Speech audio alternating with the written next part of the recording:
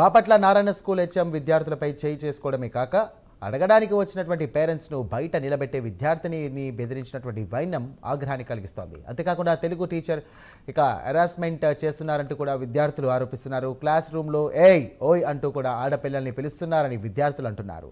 విద్యార్థినిపై ఎందుకు చేయి చేసుకున్నారు అంటే చదవకపోతే కొట్టరా అంటూ కూడా హెచ్ఎం దురుసుగా సమాధానం ఇచ్చాడని పేరెంట్స్ అంటున్నారు.